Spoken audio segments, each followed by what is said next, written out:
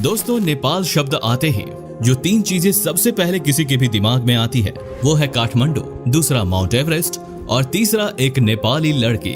नेपाल को लेकर अगर आपका ज्ञान भी कुछ इसी तरह का है तो हैरान होने की आवश्यकता बिल्कुल भी नहीं है, क्योंकि 90% भारतीय नेपाल को केवल इन्हीं 3 बातों के कारण ही जानते हैं। लेकिन भारत का ये पड़ोसी देश जो आज दुनिया भर में मशहूर है, उसके पीछे कई अन्य कारण भी हैं जिन्हें आप अब तक नहीं जानते। कुछ ऐसे ही अनोखी बातें जिनके बारे में आपको बिल्कुल ज्ञान नहीं है। शुरुआत करते हैं एक छोटे से टेस्ट के साथ। तो बताइए ना, क्या आपको पता है कि जब हमारा प्यारा भारत अंग्रेजों का गुलाम हुआ करता था, तब नेपाल ही इकलौता ऐसा देश था जो आजाद था। यही कारण है जो आज वहाँ किसी भी तरह का कोई स्वतंत्रता दिवस नहीं मनाया जाता। और क्या आप ये जानते हैं कि दक्षिण एशिया का सबसे पुराना देश अगर कोई माना जाता है तो वो है नेपाल। पर्वत श्रृंखला हिमालय का सबसे ज्यादा हिस्सा नेपाल देश में ही आता है। और क्या कभी नेपाल देश के झंडे की ओर आपका ध्यान गया है? ये दुनिया का एकमात्र ऐसा देश है जिसमें 4 कोने नहीं हैं। नेपाल के बारे में ऐसे और भी अनोखे तथ्य हैं जो आज से पहले आपने कभी नहीं सुने होंगे।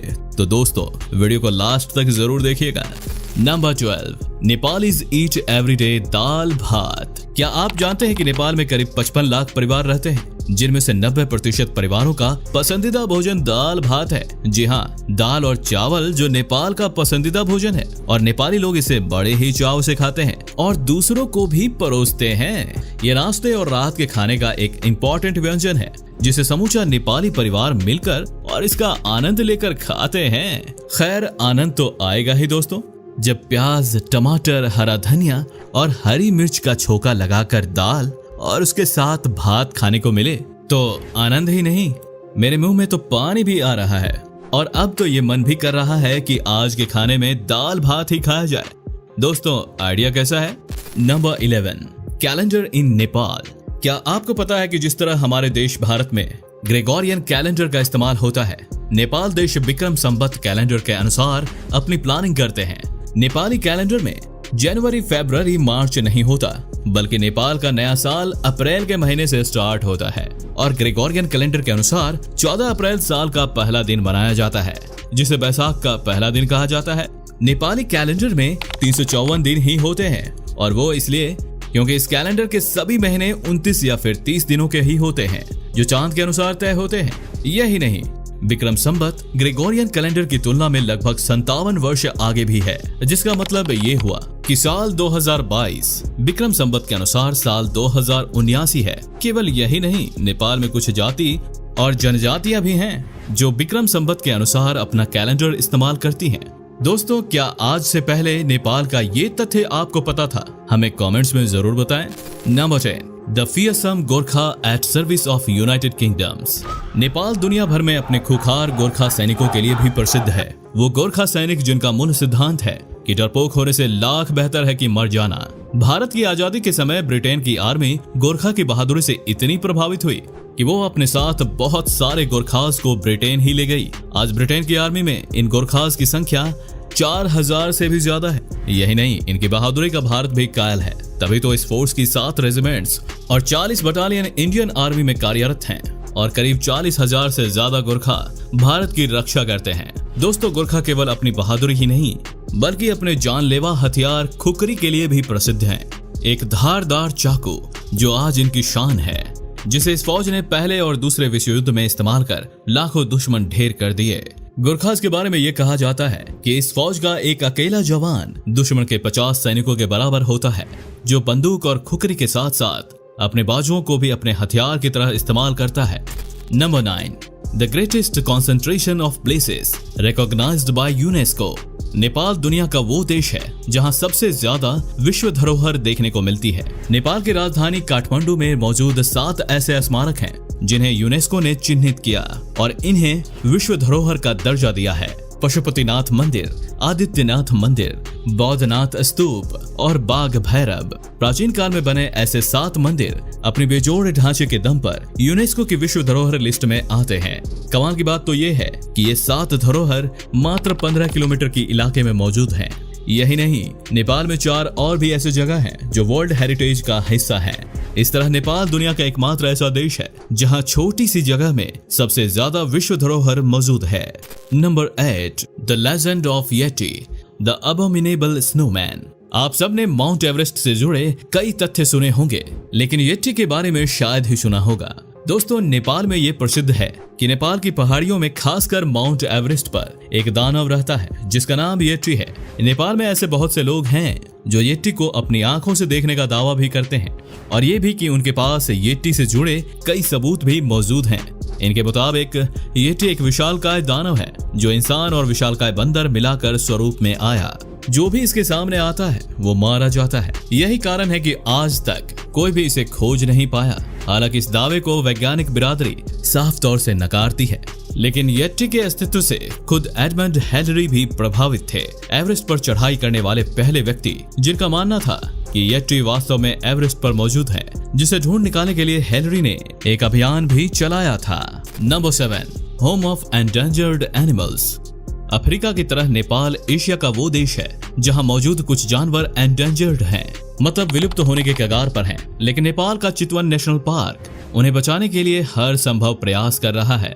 Snow leopard, Asian rhino, Bengal tiger, red panda, elongated tortoise जैसे कुछ जानवर जब अस्तित्व की आखिरी लड़ाई लड़ रहे थे, तब इनकी मदद को नेपाल का चितवन नेशनल पार्क आगे आया, जिसने इन सभी प्रजातियों का न सिर्फ विलुप्त होने से बचाया, बल्कि आज इनकी संख्या को बढ़ाने की हर कोशिश भी नेपाल के इस पार्क में की जा रही है। इन सभी जानवरों को कड़ी सुरक्षा में रखा जाता है ताकि किसी इलीगल किलिंग का शिकार ना हो सकें। यही नहीं, यहाँ प्रिजर्व किए जाने वाले सभी जानवरों को दुनिया के अन्य देशों में मौजूद जू और नेशनल पार्क्स में भी भेजा जाता है ताकि सभी प्रजातियों को दुनिया के कोने कोने में सुनिश्चित किया जा सके। Number 6, Hinduism, the most important religion in the land of Buddha. दोस्तों, आपको ये पता ही होगा कि भगवान बुद्ध का जन्म नेपाल के लुम्बिनी में हुआ था, जो आज बौद्ध धर्म का केंद्र है, जिसके चलते बौद्ध धर्म के अनुयायी दुनिया भर से यहाँ आते हैं। लेकिन इसके बाद भी नेपाल में हिंदू धर्म को मानने वाले सबसे ज्यादा हैं, जिनकी संख्या 80% है, जबकि बौद्ध धर्म यहाँ केवल 10% है।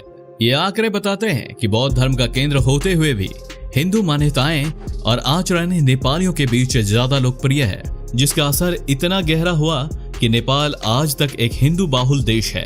होगा भी क्यों नहीं। एक तरफ जहां मॉडर्न बनने के नाम पर लोग नमस्ते करने की प्रथा को भूलते जा रहे हैं, जहां आज भी अभिवादन करने के लिए लोग एक दूसरे से हाथ जोड़ते हैं। Number 5, the Nepal's capital was once a lake. Nepal के लोगों के मुताबिक हजारों साल पहले नेपाल की राजधानी काठमांडू एक लेक यानी झील हुआ करती थी, जहां पर सांपों का काफी दबदबा हुआ करता था। और फिर एक समय ऐसा आया जब मंजूश्री नाम का एक योद्धा यहाँ आया और उसने अपनी तलवार से इस झील के 2 टुकड़े कर दिए। इस तरह झील का सारा पानी और पानी में मौजूद दोनों बहकर नीचे की ओर चले गए और इस तरह धीरे धीरे काठमांडू स्थापित होता चला गया। वहीं साइंटिफिक थ्योरी भी इस बात को मानती है कि काठमांडू कभी एक झील हुआ करता था, जिसे मंजूश्री ने तो नहीं बल्कि इसकी स्थापना झील का पानी बह जाने से जरूर हुई, जो करीब 15,000 वर्षों में पूरा हुआ।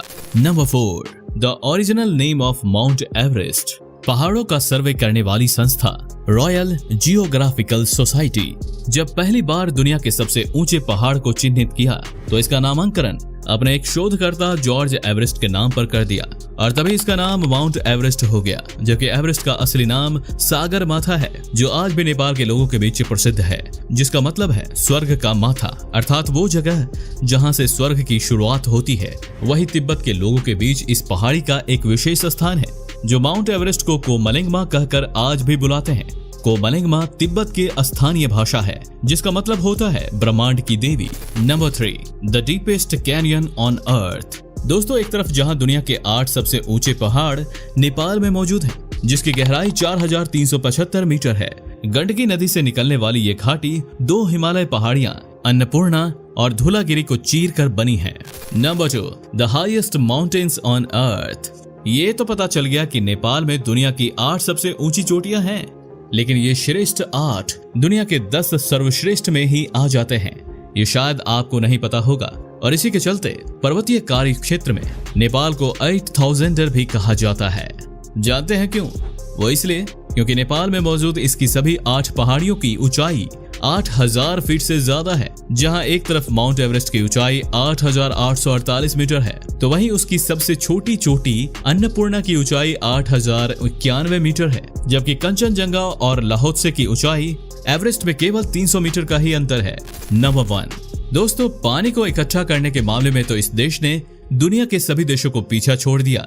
जी हाँ, नेपाल दुनिया का एक ऐसा देश है जो सबसे ज्यादा पानी को कंजर्व करता है। एक रिपोर्ट के अनुसार कहा जाता है कि अगर इस पानी का सही इस्तेमाल किया जाए तो ये देश हाइड्रो इलेक्ट्रिक एनर्जी जनरेट करने वाला सबसे बड़ा देश बन सकता है। लेकिन अफसोस कि नेपाल का शासन चलाने वालों को कभी ये बात समझ ही नहीं आई और उन्होंने इस पर कभी ध्यान ही नहीं दिया, जिसका नतीजा ये हुआ कि आज यहाँ के लोगों को दिन में केवल 12 घंटे ही बिजली मिलती है। यही कारण है कि यह अन्य देशों की तरह इस देश को इंडस्ट्री और फैक्ट्रीज नसीब ना हो सकी और बदनसीबी की ये मार 3 करोड़ नेपालियों पर ऐसी पड़ी कि आज ये देश दुनिया के सबसे ज्यादा गरीब देशों में गिना जाता है, जहां लोग पूरे दिन में $1 से भी कम पैसे कमाते हैं।